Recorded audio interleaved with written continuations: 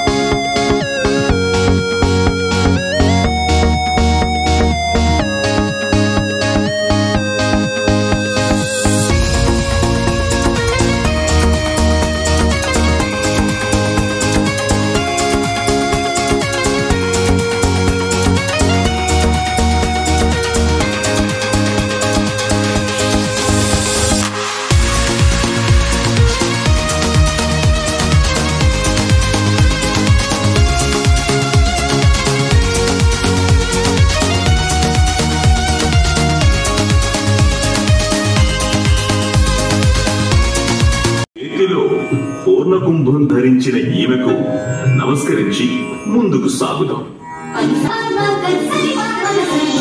మా తెలుగు తల్లికి మల్లె పూదండ, మా కన్న తల్లికి మంగళారతులు.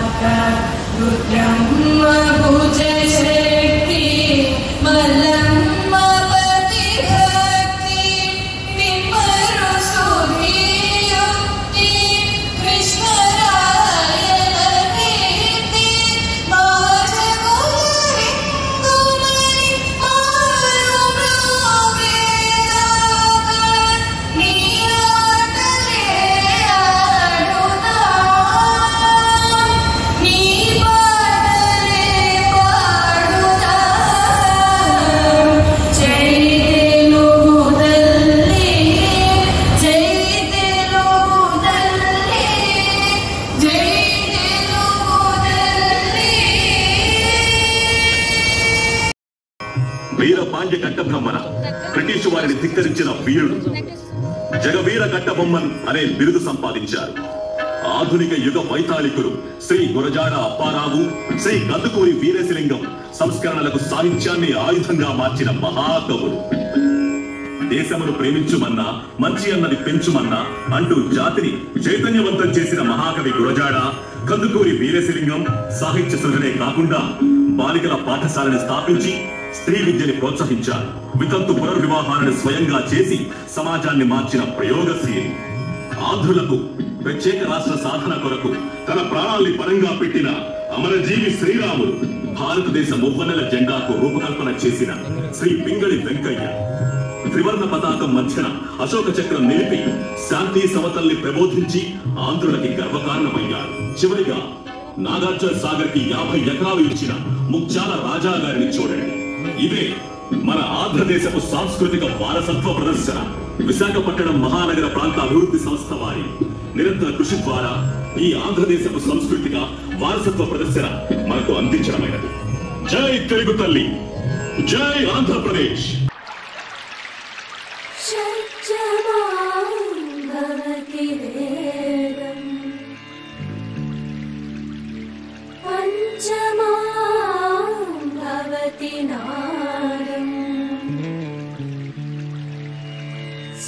शिखरे निगमझरे स्वरलहरे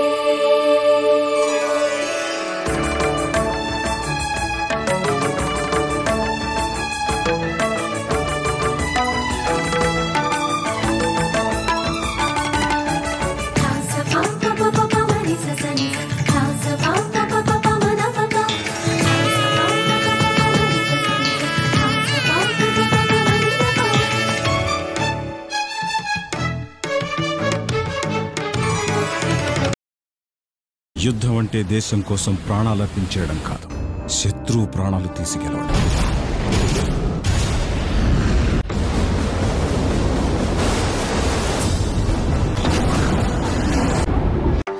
ఇనీషియల్గా 18th డిసెంబర్ 69లో మనం రష్యా నుంచి కొనుక్కున్నాం. రేగా అనే బేస్లోని రష్యాలో అక్కడ కమిషన్ చేసి ఇండియాకి తీసుకురావడం జరిగింది. Commander Auditto was the first captain. Under his captaincy Kursura was brought to India. తర్వాత ఇది 31 సంవత్సరాలు ఇండియన్ నేవీకి పనిచేసింది. ఈ 31 సంవత్సరాల్లో మనకి ఇండో పాక్ వార్ అయింది 71లో. అందులో ఇది యాక్టివ్ పార్టిసిపేషన్ చేసింది. తర్వాత డిఫరెంట్ కంట్రీస్ విజిట్ చేసింది. ఏ షిప్ అయినా సబ్మెరీన్ అయినా, నేవల్ షిప్ సబ్మెరీన్, దాని తాలూకా లైఫ్ అంటూ ఉంటుంది 25 to 30 years. 31 years సర్వీస్ అయిన తర్వాత ఈ కుర్సురాకి సర్వే కండక్ట్ చేశారు, ఫర్దర్ సర్వీస్ చేయగలదా లేదా. ఆ సర్వేలో రిపోర్ట్ ఏంటంటే ఈ ఫర్దర్ సర్వీస్ చేయడం మంచిది కాదు, ఎందుకంటే దీని తాలూకా ప్రెషర్ థిక్నెస్ తగ్గిపోయింది. సో ఎప్పుడైతే ప్రెషర్ థిక్నెస్ తగ్గిపోయిందో వీటిని డీకమిషన్ చేసేస్తారు. కుర్సురాకు ముందు 3 సబ్మెరీన్స్ని ఈ విధంగా డీకమిషన్ చేసి స్క్రాప్ కింద అమ్మేశారు. అదేవిధంగా ఈ కుర్సురాను కూడా స్క్రాప్ కింద అమ్మేద్దారు డీకమిషన్ చేసిన తర్వాత. ఆ టైంలోని అడ్మిరల్ పసిరీచా, ఈ was CNC, flag officer eastern naval command, ఆయనకు వచ్చిన ఐడియా ఏంటంటే మనం స్క్రాప్ కింద అమ్మేస్తే 3 నుంచి 4 కోట్లు వస్తుంది, వేరే మ్యూజియంగా కన్వర్ట్ చేస్తే ఇట్ లివ్స్ ఫర్ ఎవర్. ఆయన వల్ల మినిస్టర్ ఆఫ్ డిఫెన్స్ పర్మిషన్ తీసుకొని మ్యూజియంగా ఏర్పాటు చేయడం జరిగింది. ల్యాండ్ నుంచి 400 మీటర్ డిస్టెన్స్ కవర్ చేయడానికి 1.5 years పట్టింది. ఎందుకంటే దీని తాలూకు వెయిట్ 1945 tons. ఇంత వెయిట్ని దట్టు ఇది రౌండ్ పొజిషన్లో ఉంది కదా, ఏం మాత్రం పక్కకు ఒరిగినా it may fall in either side. ఒకసారి పక్కకు ఒరిగింది అంటే ఒరిజినల్ పొజిషన్ తీసుకురావడం కష్టం. అందుకని చెప్పేసి ఇంచ్ బై ఇంచ్ లాగి తీసుకురావడం జరిగింది. ఈ 400 మీటర్ డిస్టెన్స్ కవర్ చేయడానికి 1.5 years పట్టింది. ఇది హాలింగ్ చేశారు, అంటే హెవీ వించ్ మోటార్స్ ప్లేస్ చేసి రోడ్డు మీద. ఆ టైంలోని half of the road was blocked. Heavy winch motors place చేసి వాటిని మెటాలిక్ వైర్ రోప్స్తో లాగడం జరిగింది. ఇప్పటికీ ఏవైతే వించ్ మోటార్స్ ఉన్నాయో గ్రౌండ్లో ఉన్నాయి ఇంకా road.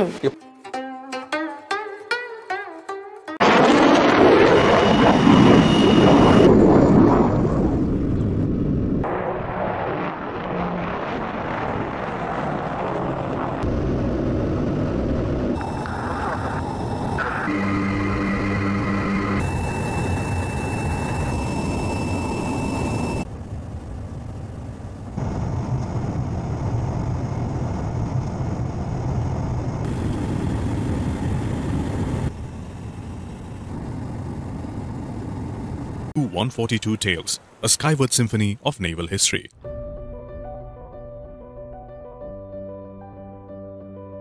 Welcome to the TU-142 Aircraft Museum, a captivating journey into the heart of naval history, nestled opposite the scenic RK Beach in Visakhapatnam. This magnificent aircraft, born for anti-submarine warfare, witnessed 29 years of dedicated service before gracefully transforming into an aircraft museum in 2017. Today, it stands as a testament to the courage of Navy personnel and an educational beacon for curious minds. Discover the Tu-142, a marvel that defied limits in the sky. It holds a unique record, providing the Navy with an unexpected 30,000 hours of free flying service. As you step into this airborne time capsule, marvel at its chambers, the cockpit, the tail gunner chamber, the flight's black box, and more.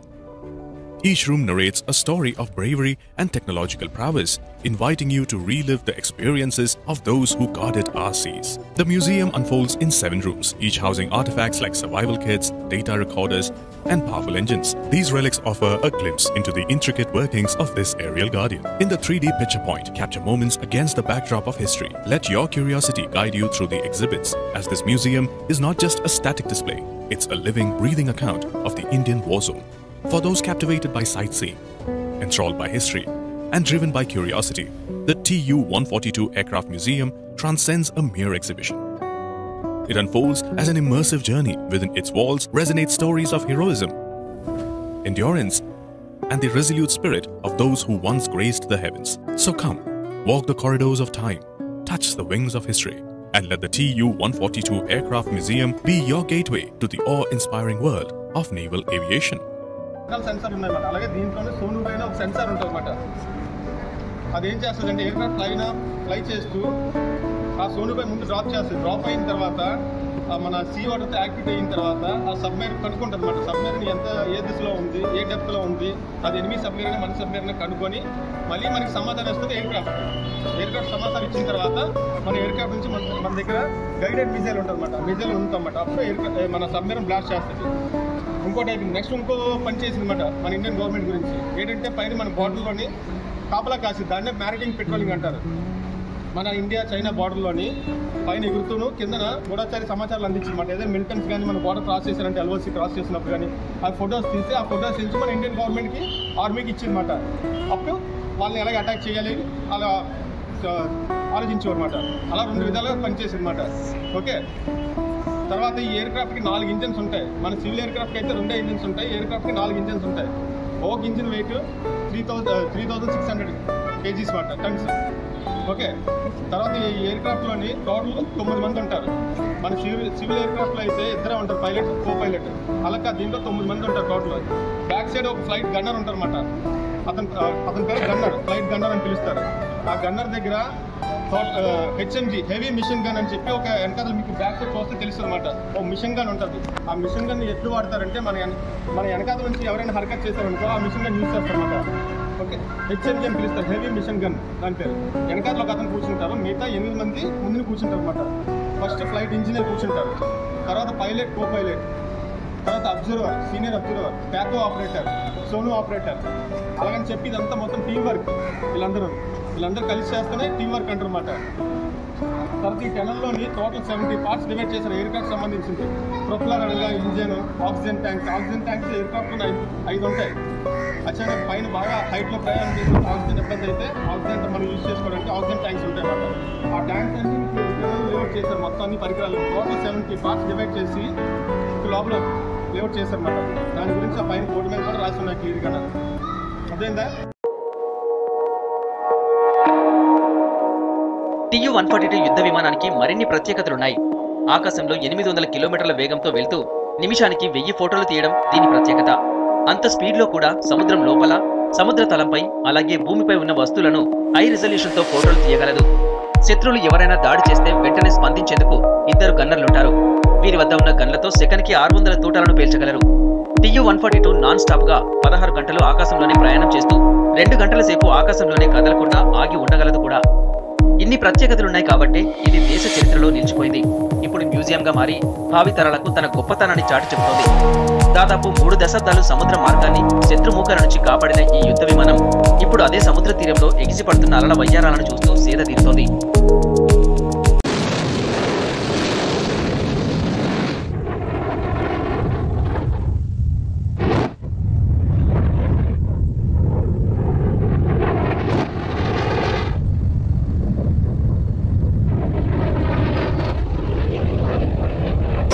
Hello everyone, Now let's talk about Sea Harrier, the fighter jet from Indian Navy which served the country from December 1983 to March 2016. Back then, these Sea Harriers were the replacements of the obsolete Seahawks during the 1983. These kind of fighter jets are usually allotted to sea carriers like INS Virat or INS Vikrant. Initially, Indian Navy ordered 8 aircrafts, 6 single seat and the 2 double seat, one for the trainer and one for the trainee. So in that way we ordered 8 seaters during the first phase of getting Sea Harriers. These Harriers were bought at a price of 410 crores. These Sea Harrier aircrafts were so impressive that the Indian Navy further placed an order of 23 more aircrafts which were single seated and fast. Coming to the specifications of the Sea Harriers, they were fitted with a Rolls-Royce engine called Pegasus, the most powerful engine. These generated a thrust of 95.64 kilonewtons. These Harriers could carry a weight of 11,900 kgs during takeoff. These Harriers could make a maximum speed of 1,182 kilometers per hour, and these could operate at a height of 51,000 feet.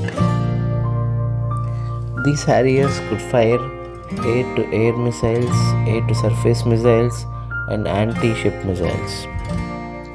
These Harriers were not just fighters, they were even bombers. They could even carry bombs and drop bombs at a breakneck speed. Also, these were, because of the height advantage, it could be used as a reconnaissance jet. Reconnaissance jet is all about surveillance. It can hover around a place, collect the information, it can find out what it is all about, and such kind of reconnaissance fighter also it used to serve. This Harrier fighter served in both the sea carriers called INS Virat and INS Vikrant. Because of its unique capabilities like vertical landing, vertical takeoff, short landing, short takeoff, it was used in several successful wars. Because of its unique capabilities, these were used in wars like Falklands Wars, Gulf Wars, and several conflicts. So you may get it out, when everything was so wonderful and so excellent about Sea Harrier, why was Sea Harrier retired from Indian Navy? As all good things come to an end, Sea Harriers also had its share of problems. The first problem was that the Rolls-Royce company stopped making spare parts and components for its Pegasus engine of Rolls-Royce. The second issue was that you needed a high-skilled personnel to drive this Sea Harrier. A semi-skilled or not so skilled person could not drive this Sea Harrier. This led to many mishaps and many deaths of pilots. Nearly 15 Sea Harriers crashed and 8 pilots died. The Indian Army tried various ways to revive this Sea Harriers. They made a lot of collaborations. They worked with Rafael. They worked with a lot of other countries. But every collaboration gave more complexity to the issue, and these Sea Harriers were difficult to operate given the high skill level that is required. As with all good things that come to an end, whether it's a man, whether it's a human or a machine, a time will come when they have to bid adieu. So March 6th, 2016, Indian Navy has retired these Sea Harriers, and one of the Sea Harriers is now in Visakhapatnam, and it's a great opportunity for Visakhaites to witness the technological marvel of Sea Harriers, whether it's the Pegasus engines or the missiles or the wonderful technology that went into the making of Sea Harrier. Vizigates have a unique opportunity to explore all of that. So welcome to Sea Harrier Museum.